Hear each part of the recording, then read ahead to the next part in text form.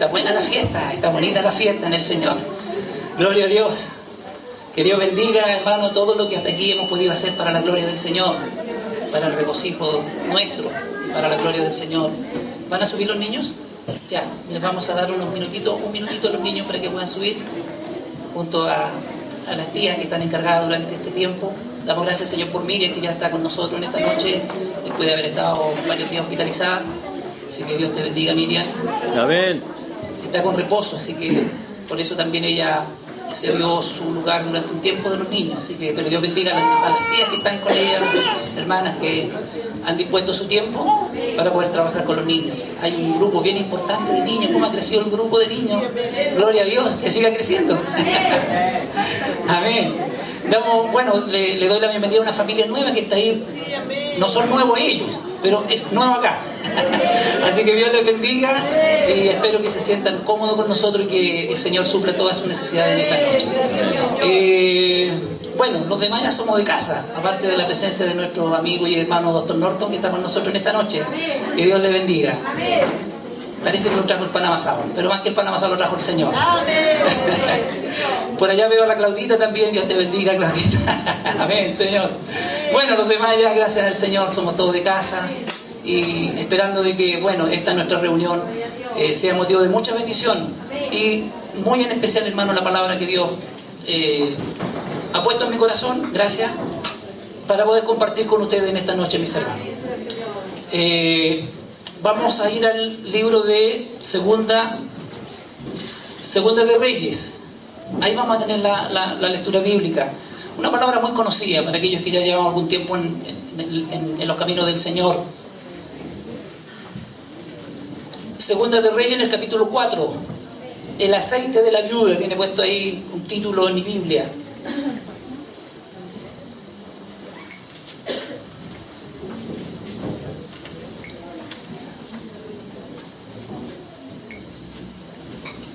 Segunda de Reyes, entonces, en el capítulo 4, vamos a tener la lectura bíblica del versículo 1 al 7, mis hermanos.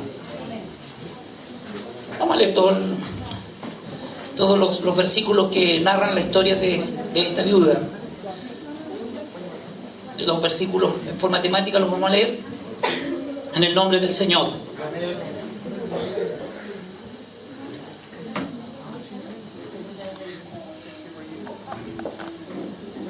Amén. Ya, mis hermanos. Segunda de Reyes, capítulo 4. Capítulo 4. Es segunda. Ya, pero mientras tanto damos lectura en nuestras Biblias. Dice de la siguiente manera: una mujer de las mujeres de los hijos de los profetas clamó a Eliseo diciendo: tu siervo, mi marido, ha muerto. Y tú sabes que tu siervo era temeroso del Señor, y ha venido el acreedor para tomarse 2 hijos míos por siervo. Y Eliseo le dijo: ¿qué te haré yo? Declárame qué tienes en tu casa. Y ella dijo: tu sierva ninguna cosa tiene en casa, sino una vasija de aceite. Él le dijo: ve y pide para ti vasijas prestadas de todos tus vecinos, vasijas vacías, no pocas. Entra luego y enciérrate tú y tus hijos, y echa en todas las vasijas, y cuando una esté llena, ponla aparte. Y se fue la mujer y cerró la puerta, encerrándose ella con sus hijos, y ella le traía las vasijas y ella echaba del aceite. Cuando las vasijas estuvieron llenas, dijo a un hijo suyo: tráeme aún otra vasija. Y él dijo: no hay más vasija. Entonces cesó el aceite. Y vino luego ella y lo contó al varón de Dios, el cual dijo: ve y vende el aceite y paga a tus acreedores, y tú y tus hijos vivir de lo que quede. Vamos a orar en el nombre del Señor. Cierre sus ojitos, por favor, mi hermano. Señor bendito y buen Padre, en el nombre de nuestro Señor Jesucristo, vamos delante de su presencia, mi amado Dios, en esta hora. Señor, hemos glorificado su nombre. Señor, hemos cantado. Señor, hemos sentido su presencia, Señor amado. Hemos orado por los enfermos también. Señor, y bueno, ahora viene lo más importante, Dios mío, que es el momento cuando vamos a escuchar su voz, vamos a escuchar su consejo, vamos a escuchar su palabra. Señor, y le pido, mi Dios, que tome el control de mi vida, tome el control de mi mente, de mi corazón, Señor, para poder hablar, Señor, conforme al corazón suyo, Señor. Por favor, Dios mío, llévese toda conversación, llévese toda bulla, todo aquello que empañe su gloria. Tome el control de nuestras vidas, Señor. Por favor, tome el control de nuestras vidas, Señor. Permita, Dios mío, de que todos estemos muy concentrados, porque hay una palabra suya, Señor, que está declarada para cada uno de nosotros, Señor amado. Tal vez, Señor, en esta noche ha llegado alguien, Señor, con una situación muy especial. Señor, y esta palabra, Señor, va a ser la medicina, va a ser el antibiótico, Señor, para ese dolor, para esa enfermedad, Señor. Y espero, mi Dios, de que usted me dé la gracia suficiente, Señor, y la sabiduría suficiente para poder explicar esta palabra, Señor amado. Ruego, Dios mío, su bendición, y ruego la sensibilidad para todos mis hermanos, en el nombre de Jesús, nuestro amado y bendito Salvador. Amén. Gloria a Dios, gloria a Dios, gloria a Dios. Amén y amén, Señor. Gracias, Señor. Gracias, Señor. Bien, vamos a meditar algunos minutos de esta palabra. Acuérdense que hoy día también tenemos, hoy es día domingo, es el primer domingo del mes, y tenemos hoy día la fiesta de las primicias, de los diezmos. Así que vamos a hacer también esa fiesta que la hacemos una vez al mes. Y espero de que Dios ya haya puesto en su corazón lo que usted tiene que pagar de diezmo y también su primicia. Bueno, para poder hablar de esta palabra, mis hermanos, tengo que irme un poquitito, o mejor dicho, comentarles un poco a ustedes sobre la situación histórica en la cual estaba viviendo esta mujer viuda, para que usted me pueda entender y pueda tener una mejor comprensión de lo que les voy a relatar. Es muy sabido, por lo menos por los que somos más antiguos en la iglesia, de que hubo una época muy desastrosa en el pueblo de Israel, y muy en especial, hermano, después del quiebre, después de la muerte de Salomón, se produjo un quiebre dentro del pueblo de Israel. Roboam, que era el hijo de Salomón, se separó con dos tribus, la tribu de Judá y la tribu de Benjamín, y las otras 10 tribus se fueron con Roboam primero, que era un general del ejército de Salomón. Y a causa, mis hermanos, bueno, este es un problema que ya venía en el gobierno de Salomón, a causa de los impuestos muy subidos, muy altos. Entonces el pueblo estaba muy descontento y se produjo, a la larga, hermano, se produjo el quiebre después de la muerte de Salomón. Aún Salomón en vida aún unificaba el pueblo, aún él tenía cierto control, tanto político como también religioso de la nación. Pero cuando él murió, ya no dio más esto y la nación simplemente se quebró y se separó el pueblo. Bueno, y una de los grupos, de las tribus, en este caso la tribu del norte, que fue llamada las 10 tribus, que se separaron y que fue su capital Samaria, ellos, con el primer rey que tuvieron, fue Roboam primero, y este hombre, a pesar de que estuvo y conoció a Salomón y que estuvo a su lado y que fue en cierta medida, él fue un hombre muy fiel a Salomón, pero cuando él se separó y se sintió con todo el poder, y ciertamente al producirse este quiebre, este hombre, en vez de buscar a Dios, este hombre no buscó a Dios, sino que todo lo contrario, llevó al pueblo a la adoración pagana, llevó al pueblo a la idolatría, llevó al pueblo a separarse de Dios, a alejarse de Dios.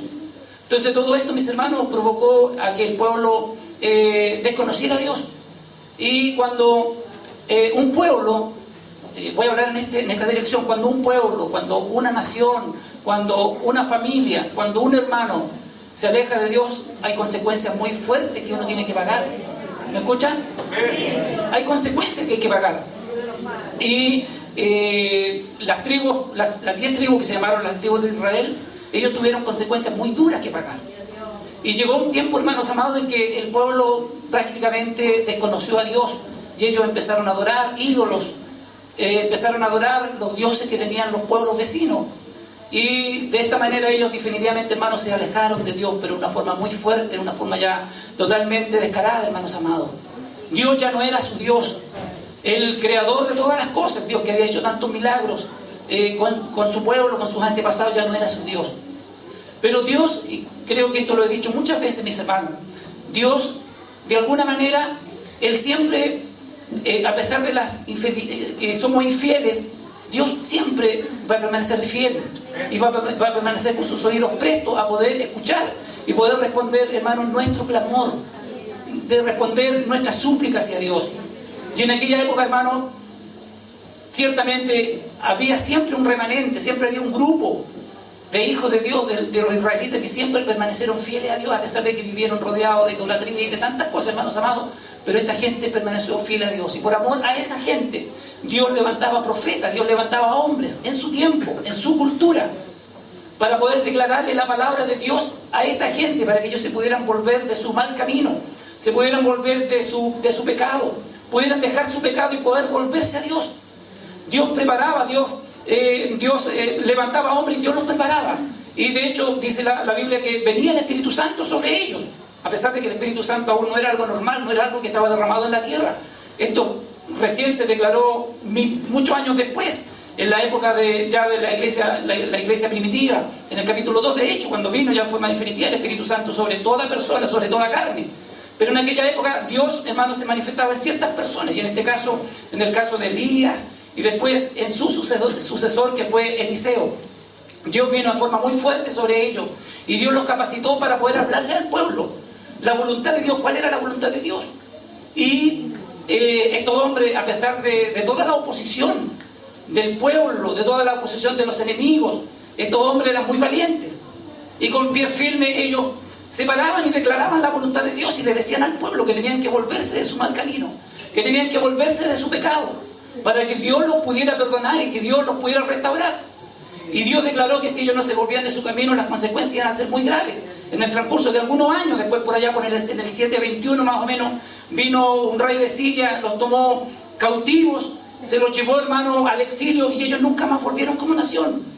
¿Me entienden? Entonces tuvieron que pagar un precio, tuvieron que pagar consecuencias a causa de su pecado y por no escuchar la voz de Dios. Pero en el caso, hermanos amados, vamos a conversar de Eliseo, que es el que narra la historia bíblica. Usted sabe, Eliseo fue el sucesor de Elías, un gran profeta de Dios, un hombre que Dios usó grandemente también, y que la Biblia registra 7 grandes milagros, pero no por la capacidad de Elías, no por la capacidad que él tenía como profeta, sino que Dios hizo de que a través de él se produjeran estos milagros tan extraordinarios, hermanos. Pero aún Eliseo fue usado más extraordinariamente por Dios, porque la Biblia registra 10 grandes milagros de Eliseo, un hombre que Dios lo usó en aquella época para poder, hermano, vuelvo a decir, corregir el comportamiento del pueblo. Y en esta historia, hermano, voy a entrar inmediatamente a la historia bíblica, o a la parte bíblica que leí, hermano. Nos narra sobre una viuda, una mujer que había quedado viuda, su marido había muerto. Y es bien sabido por nosotros, muchas veces lo he comentado, que en aquella época, y en la época más adelante, también en la época del Nuevo Testamento, en la época de Cristo, las mujeres eran personajes de tercera categoría. Las mujeres no tenían valor social. Y más aún una viuda. Una mujer viuda estaba condenada a pedir limosna, o estaba condenada a venderse como esclava para poder sobrevivir. ¿Me entienden? Y si no se podía vender ella a causa de su edad, pongámosla en este caso, de esta mujer, ella tenía que vender a sus hijos para poder sobrevivir. Pero el relato bíblico nos dice de que esta mujer, al saber de que Eliseo estaba por ahí cerca, lo mandó a buscar y le comentó, una vez que Eliseo estuvo con ella, le comentó de que su esposo había muerto, y que las palabras mías, parafraseando, le dijo: bueno, tú conociste a mi marido, él te fue fiel, él fue también un consiervo tuyo, fue temeroso de Dios, pero él murió, él partió. Y resulta de que ahora los acreedores, aquella gente que le debíamos dinero, aquella gente que nos ayudó en algún momento en la vida de mi esposo, hoy día me están cobrando, y yo no tengo recursos económicos para poder cancelar la deuda que mi marido en vida dejó. Y de hecho los acreedores ahora me están solicitando que entregue a mis hijos para ser esclavo, para poder pagar la deuda. Y bueno, ahí viene la parte que yo leí, en la cual Eliseo le dice: bueno, mujer, ¿y qué quieres que yo haga? Y después Eliseo le dice: bueno, ¿qué tienes en tu casa? Y la mujer le declara: en realidad soy tan pobre, no tengo nada, que lo único que tengo es una vasija de aceite nada más, o un cantarito de aceite, lo único que tengo. Bueno, y ahí Eliseo, ciertamente inspirado por Dios, bajo la unción del Señor, le declaró a esta mujer de que fuera a su hogar, que juntara a sus hijos, y fuera donde los vecinos y consiguiera vasijas, para poder de alguna manera bendecir a esta viuda. Bueno, y esta viuda hizo como Eliseo le ordenó. Fue donde los vecinos, se consiguió las vasijas, llegó a su casa y hizo lo que Eliseo le había aconsejado. Mira, enciérrate en tu habitación con tus hijos o con tus dos hijos, y con aquella vasija de aceite Dios va a hacer un milagro. Dios va a producir un milagro tan extraordinario que ese milagro va a ser el canal, va a ser el puente por el cual tú vas a ser bendecida, por el cual tú vas a tener las añadiduras que hoy día no tienes. Mire, aquí hay dos conceptos muy importantes, mis hermanos, que son los conceptos que yo quiero compartir con ustedes en esta noche. Primero, el primer concepto, o el primer principio es la fe de esta mujer, para creer a la voz de Dios, para creer a la voz del profeta, para creerle a este hombre lo que él le estaba declarando. Primero, hermanos amados, le creyó, actuó con fe. Qué importante, hermanos amados, es tener fe. Hemos hablado bastante, hermanos, sobre estos últimos tiempos, estas últimas semanas, estos últimos meses, hermanos, con respecto a la fe, estudiando el libro de Santiago. Y Santiago nos habla, hermano, de que la fe tiene que tener obras. Es decir, yo no puedo simplemente decir, no, si yo creo, pero quedarme sentado. No, si yo sé que va a ser esto y quedarme sentado. Es como quien dice, yo tengo fe que, el hermano que está sin trabajo, yo tengo fe que Dios me va a dar trabajo, pero no sale a buscar. Se levanta a las 1 o 2 de la tarde. ¿Me entiende? La fe tiene que ser con obras. Yo sé que Dios me va a bendecir, yo sé que Dios me va a dar esto, yo sé que Dios me va a respaldar, yo sé que Dios me va a responder, pero yo tengo que actuar también. ¿Me entiende? En más de alguna oportunidad conversamos o predicando en alguna oportunidad, Dios siempre está dispuesto para bendecirnos, Dios siempre va a estar dispuesto para darnos. Pero también Dios, hermano, nos va a dar la materia prima para que nosotros busquemos la bendición. ¿Se recuerdan que una vez hablamos con respecto a los impuestos que tenía que pagar Jesús? Y le cobraron los impuestos al maestro, y si él podía haber dicho, bueno, yo soy un rey, yo no pago. Los reyes ni la gente de alta enjundia pagaban impuestos. Jesús podía haber dicho, pero que le dijo al Pedro, mira, anda al mar y pesca un pez, y dentro de la boca vas a encontrar una moneda y paga tu impuesto, y el mío también. Es decir, Jesús podía haber dicho, mete la mano al bolsillo y saca una moneda. Pero Jesús quería que él actuara, que él tuviera no solamente fe, sino que también tuviera obras, que actuara, que activara. ¿Me entiendes? Entonces, es lo que el Señor también quería de esta mujer. Primero, que esta mujer tuviera fe, que ella creyera la palabra de Dios. Primero, hermano. Y segundo, que ella viviera en obediencia. Qué importante, hermanos amados. En muchas oportunidades hemos hablado sobre este tema, hermano, de la obediencia. Y hermano, y hemos llegado a la conclusión, hermano, de que para ser cristiano la obediencia es un elemento tan importante, hermano, que sin ser obediente, sin tener ese espíritu, hermano, de servicio, ese espíritu de humildad, para poder obedecer, hermano, creo que difícilmente podemos ser cristianos, verdaderos cristianos, como el Señor demanda de nosotros. Es por eso, hermano, que en esta noche yo quiero compartir con ustedes estos dos principios bíblicos, hermano. Primero, la fe, accionar la fe, tener fe, creer en el Señor. Y segundo, hermano, vivir en obediencia. Esta mujer lo hizo así. Esta mujer aplicó estos dos principios, hermano. Le creyó, actuó con fe a la orden de Eliseo, y también vivió en obediencia. Porque podía haber dicho esta mujer en forma natural, podía haber dicho, pero ¿qué estás diciendo, Eliseo? ¿Cómo se te ocurre? Voy a hacer eso. ¿Qué piensas que yo voy a hacer? No, esta mujer simplemente obedeció. ¿Me entiende? Obedeció. Hermano, obedeció. Vuelvo a decir, qué importante, hermanos amados, creerle a la voz de Dios, creerle a la palabra de Dios. En más de alguna oportunidad, hermano, yo he dicho, hay dos cosas importantes, hermano, que tenemos que hacer. Y una de ellas es creer, y la otra es no creer. Y el pueblo de Dios tiene que creer. Porque si no, hermanos amados, si no creemos, no sé qué es lo que hacemos. ¿Entiendes? Tenemos que creerle a Dios. Y esta mujer, hermano, creyó a la palabra de Dios, creyó a la palabra que Dios había soltado a través del profeta. Y dice, hermano, que envió a sus hijos a donde los vecinos a buscar vasijas. Y se encerró, una vez que se consiguieron las vasijas, se encerró en su habitación con sus hijos, con la vasija que ella tenía, y de una forma extraordinaria, una forma milagrosa, hermano. La vasija daba y daba aceite, y vaciaba el aceite de la vasija que ella tenía, la vaciaba en las vasijas que se había conseguido. Se vaciaba y se vaciaba, hermanos amados. Y cuando se le terminaron las vasijas, ella le dijo al hijo, bueno, se acabaron las vasijas, no, más vasijas. Y el hijo le dijo, no hay más. Y ahí en ese momento, hermano, se cortó la bendición. Se cortó la añadidura. Se cortó, hermanos amados, lo que Dios había declarado a través del profeta. ¿Se da cuenta, mi hermano? Entonces, esta palabra, hermanos amados, es hoy día para nosotros. Y yo quiero, hermanos amados, que usted la crea en el Señor. Mire, hoy día, al leer el Antiguo Testamento, y más de alguna vez he conversado con algún cristiano por ahí, inclusive algunos que no son muy cristianos, me dicen, no, pero es que Dios siempre fue un Dios castigador, especialmente en el Antiguo Testamento, tantas guerras, tantas muertes y tantas cosas que declaran en el Antiguo Testamento. Bueno, pero dentro de todo aquello, hermanos amados, está la bondad de Dios. Está el amor de Dios, está la misericordia del Señor. Y muchas veces Dios tuvo que actuar duramente, hermanos amados. Y creo que lo hemos conversado muchas veces también esto. Dios, hermano, tuvo que actuar duramente para que el pueblo pudiera entender, para que el pueblo pudiera enderezar su camino, hermano. Y a pesar de todo esto, a pesar de todos los milagros, de todas las cosas extraordinarias que Dios hizo en la antigüedad, el pueblo aún, hermano, era ateo, aún el pueblo era incrédulo, aún el pueblo, hermano, era un pueblo duro de servir al Señor. Y sabe, hermano, de que, pero dentro de todo aquello, Dios siempre, hermano, movido a misericordia, mostraba su amor, mostraba su bondad, mostraba su clemencia con su pueblo, porque era su pueblo amado. Dios, hermano, había elegido un pueblo. Y Dios, hermano, no podía desechar a este pueblo. Podía morir mucha gente, hermano, muchos incrédulos, mucha gente que le dio vuelta a las espaldas al Señor. Pero Dios siempre iba a levantar, hermano, un remanente, porque había una promesa en ese pueblo, hermano. Y creo que también lo hemos conversado muchas veces, hermano. Y una de las promesas era de que ellos iban a ser los depositarios de la palabra de Dios. Y otra de las grandes promesas, hermano, era de que a través de ese pueblo de Israel, estoy hablando, iba a venir el gran Mesías, el gran Salvador del mundo, nuestro Señor y Salvador, mis hermanos. Por lo tanto, hermano, la bondad de Dios siempre iba a estar ahí presente, de una o de otra manera.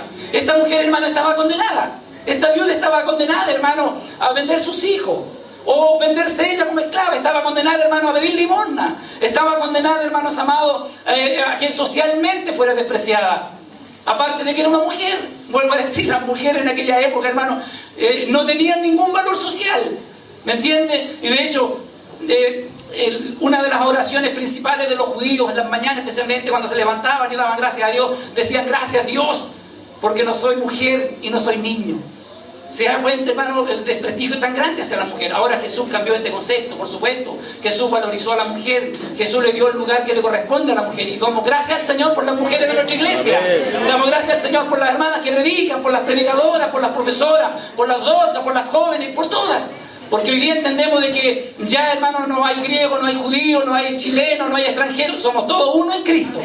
Así que damos la gloria al Señor por eso, porque Él dignificó a la mujer. Él le dio el valor que corresponde a la mujer. Hermano, bueno, el caso de esta mujer, ella estaba condenada. Ella no tenía ninguna posibilidad. Pero ella, hermano, actuó por fe.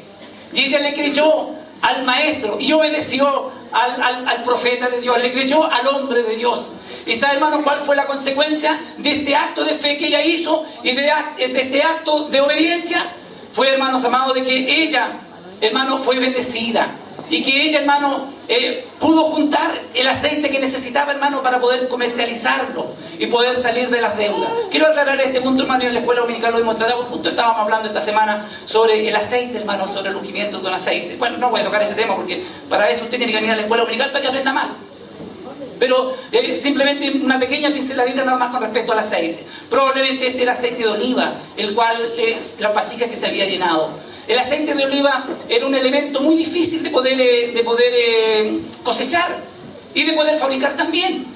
Y a causa de eso, hermano, era un producto muy, muy caro, de mucho valor. ¿Me entiende?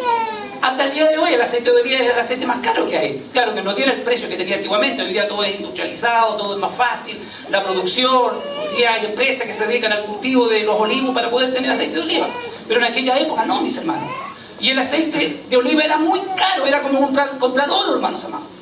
Entonces, y aparte de eso, que Dios valorizaba tanto el aceite que ungía a los profetas, ungía a los reyes, ungía a los príncipes con aceite, se ungían los utensilios del templo, se ungían con aceite, o mejor dicho, se derramaba aceite. Entonces, y también lo usaban para las lámparas, lo usaban para la alimentación también.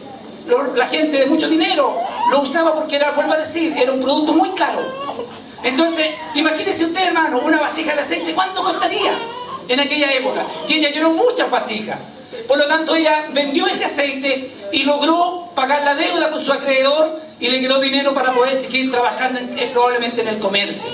¿Se da cuenta, mi hermana? Pero hoy día, hermanos amados, hoy día esta palabra sigue fresca, hoy día esta palabra sigue vigente para nosotros. Hoy día esta palabra, hermanos amados, es para usted y es para mí. Bendito sea el Señor. Hoy día tal vez no pasamos pruebas tan difíciles, o probablemente alguien le puede estar pasando, o alguien ya la pasó, hermanos amados. Hoy día, hermanos amados, vivimos en una sociedad diferente a la antigua, por supuesto que sí, pero no por eso no deja de ser tan difícil como era antiguamente, mis hermanos. Y Dios, en su amor, Dios en su misericordia, Dios sigue estando vigente, y Dios sigue, hermanos, dando añadiduras. Dios no va a permitir de que usted, ni que yo, ni que ninguno de sus hijos, pero oiga bien, sus hijos fieles pasen necesidad, mi hermano. Podemos tener alguna necesidad temporal, podemos tener necesidad por un día, por algunas horas, pero Dios se la va a ingeniar, y Dios va a tomar los recursos, Dios va a tomar los medios, y Dios, hermano, va a suplir esa necesidad. Bendito sea el Señor. Y yo doy gloria al Señor, hermano, porque yo sé que es así. Porque uno como pastor recibe, hermano, los comentarios de los hermanos que se acercan. Mi pastor, mire, está pasando esta situación, esta otra situación, y Dios me respondió, Dios hizo esto, Dios me abrió las puertas de trabajo. Y Dios, de alguna manera, hermano, Dios nunca, escúcheme por favor, Dios nunca va a abandonar un hijo fiel. Dígalo amén, bien fuerte. Dios nunca va a abandonar a un hijo fiel. Dios va a permanecer siempre fiel, mi hermano. Y eso es algo que grábeselo en su corazón. Y Dios va a estar ahí siempre. Y Dios, hermano, va a suplir su necesidad. Pero hay dos cosas que usted tiene que hacer: tener fe en Dios. Hoy tengo fe cuando necesito nada más. Tengo fe cuando tengo necesidad, cuando estoy pasando la prueba, ahí tengo fe. Después, no, mi fe es en mi bolsillo. Tengo buena pega, ¿para qué? No, eso no es una fe genuina. Esa no es una fe de hijo de Dios. Uno tiene que tener fe en las buenas y en las malas, en la abundancia y en la escasez, ¿entiende? En todo momento. Y vivir una vida de obediencia a Dios. Una vida, vuelvo a decir, una vida de obediencia a Dios. Y ciertamente, al decir una vida de obediencia a Dios, una vida de obediencia a lo que la Biblia nos enseña. Una Biblia de obediencia a lo que su pastor le enseña. Vivir una vida de obediencia conforme a lo que su jefe le enseña. ¿Me entiende? Porque por algo Dios nos ha puesto en este lugar, para poder enseñarle. Y para poder, hermano, implantarle fe a usted. No como alguna vez escuché a algún hermano, y esto lo he dicho alguna vez escuché a un hermano decir: no, yo no obedezco a los pastores, no obedezco a los jefes, no obedezco a los hombres, yo obedezco a Dios nada más. Y yo decía: pobrecito, pobre hombre, es un hombre vacío, es un hombre que no tiene nada. Es un hombre que nunca ha aprendido nada en la iglesia. ¿Me entiende? Porque yo digo, a lo mejor él es tan especial que va a venir Dios personal y le va a contar la espalda: hijito, qué bueno, hijo, no te preocupes, que arréglalas conmigo, nomás yo te voy a bajar las órdenes, lo que tú tienes que hacer. Dios ha declarado, Dios ha puesto siervos, Dios ha puesto hombres, hermano, para que nos guíen, para que nos enseñen. Y al decir esto, hermano, yo no estoy diciendo que yo soy la máxima autoridad. Sí, la máxima autoridad de la iglesia visible acá, pero arriba de mí también hay otras autoridades a las cuales yo también tengo que someterme, tengo que obedecer, porque la iglesia es así, mis hermanos amados. Por lo tanto, hermanos, tenemos que vivir una vida de obediencia. Ya no podemos vivir, hermano, al 2 y al 3, así o sí o no. No, tenemos que vivir una vida de obediencia, hermanos amados. Miren, uno, hermanos, que lleva ya algunos años en la iglesia, algunos años atrás, no digo tanto, pero 15, 20, 25 años atrás, uno veía muchas cosas extraordinarias en la iglesia, que hoy día ya no se ven mucho. Se ven, pero no como antiguamente uno las veía. Por ejemplo, los hermanos que contaban sus experiencias: yo estaba sin trabajo y Dios hizo esto, yo estaba sin trabajo y Dios hizo esto otro, yo no tenía que comer y tenía deseo de comerme una torta, y llegó un perrito con una torta. Los hijos agarraban una canastita y llegó a la puerta de mi casa. Cosas así, hermano. Yo nunca me voy a olvidar, hermano, de una experiencia que escuché en una oportunidad, en una reunión de voluntarios, creo que fue, que decía que en un hogar no había nada para comer, nada, absolutamente nada. Y estaba la dueña de casa orando con sus hijos en la mañana temprano, orando: Señor, tú sabes, Señor, que no tenemos nada para comer. Están mis hijos, tienen hambre, Señor. Necesitamos que nos des alimento, que nos sostengas en la alimentación, porque tu palabra nos enseña, porque he escuchado de tus siervos que es así. Y de pronto, por la ventana dice que quedó seguramente algunos hermanos escucharon esta experiencia, que el carretón, en aquella época los panaderos andaban en carretón, no andaban en auto último modelo como hoy día. quedó el carretón en pana justo al frente de la ventana de su puerta. Y cuando este hombre escuchó de que esta mujer estaba orando por pan, agarró una canasta con pan y se la tiró por la ventana. ¿Qué estás pidiendo a tu Dios? Ahí tenéis pan, le dijo. ¿Qué estás pidiendo a tu Dios? Ahí tenéis pan. Y la mujer, cuando se dio cuenta de que Dios le había respondido, ¿quién cree usted? ¿A quién cree usted que le dio la gracia? A Dios. Porque Dios fue el que le dio. Dios usó a ese panadero. Simplemente ese fue un canal para bendecir a esta mujer. Nunca me olvidé de esa experiencia, hermano, porque muchas experiencias más, hermano. Y eso, hermano, está vigente hoy día. Dios no desampara a sus hijos fieles, pero usted tiene que vivir con fe, tiene que creerle a Dios y tiene que vivir en obediencia, mis hermanos. No sé cuál será su necesidad, no sé si estará pasando momentos difíciles en este momento, hermano. Pero si Dios nos habla en esta dirección es porque Dios quiere decirle de que si usted es un siervo fiel, usted es un hijo fiel, usted es una hija fiel, usted es una familia fiel, tenga la seguridad de que Dios no lo va a abandonar. Dios no lo va a dejar solo, Dios no lo va a dejar a su suerte, Dios lo va a sostener. De alguna manera Dios, hermano, le va a sostener. ¿Cómo? No sé, porque Dios tiene miles de recursos, Dios tiene miles de formas para poder hablarnos. Dios no es un Dios limitado. Dios no es como yo, que apenas hablo el castellano, si que lo hablo. Como alguien dijo, yo apenas hablo el chileno nada más. ¿Me entienden? Dios habla todos los idiomas. En alguna oportunidad, en una conversación, unos hermanos peleaban, no, si Dios hablaba el castellano, no, si Dios hablaba el alemán, no, si Dios hablaba el hebreo. Creo que Dios es el Dios de los idiomas. Para Él no tiene barrera en cuanto a los idiomas. Él habla todos los idiomas. Y Él conoce todos los corazones de sus hijos fieles, mis hermanos. Así que yo, hermano, les declaro esta palabra. Y le insto, mi hermano amado, confíe en Dios. Viva con fe en Dios. En medio de su necesidad, clame a Dios, pida a Dios, ore a Dios, mis hermanos. ¿Ya? La oración, hermano, es la llave. Siempre decimos y declaramos esto: la oración es la llave que abre las puertas del reino de Dios. Su oración con Dios, su conversación con Dios. Y Dios, hermano, en forma extraordinaria, Dios en forma gloriosa, Dios le va a responder. Dios, hermano, va a hacer un milagro. Pero créale a Dios, hermano, y vive en obediencia. Esta mujer, hermano, tuvo su bendición. Ella le creyó a Dios, hizo lo que Dios le dijo a través del profeta. Y no solamente cubrió sus gastos, cubrió sus necesidades, sino que también, hermanos amados, tuvo para poder sobrevivir en el tiempo. Bendito sea Dios. Hay un anciano acá en nuestra iglesia, está por ahí, mi hermano, no voy a decir el nombre, pero algunos hermanos ya van a saber, que le pedía cierta cantidad de dinero al Señor porque ya no podía trabajar, le costaba mucho trabajar. Y le pidió cierta cantidad de dinero al Señor para dejar de trabajar. Dios no le dio la cantidad que pidió, pero Dios le dio para que cubriera todos sus gastos, no quedara sin ninguna deuda y poder vivir tranquilo, poder vivir en paz. Ese es el Dios que alabo, ese es el Dios que bendigo, ese es el Dios que le predico, mis hermanos. No es un Dios limitado, no es un Dios, hermano, que se le haya cortado la mano para bendecirle, sino que todo lo contrario, Dios está ahí con su mano extendida. Sea generoso, mi hermano, también. Mire esta parte, quiero comentarle, hermano, quiero decirle también esta parte. Sea generoso con Dios. ¿Qué declaramos nosotros? Yo declaro de que todo lo que tengo es de Dios.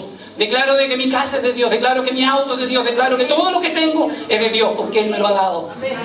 Pero muchas veces, hermanos, somos amarretes. Como alguien dijo por ahí en forma bien graciosa, somos manitos de guagua. Yo no sé si las guaguas tendrán la mano así, pero parece que sí. Porque no es primera vez que lo escucho, mis hermanos. Sea generoso con Dios. Cuando le pida, cuando usted se comprometa con Dios, responda a los requerimientos de Dios, mis hermanos, para que tenga el respaldo de Dios, para que tenga, hermanos amados, la respuesta de Dios.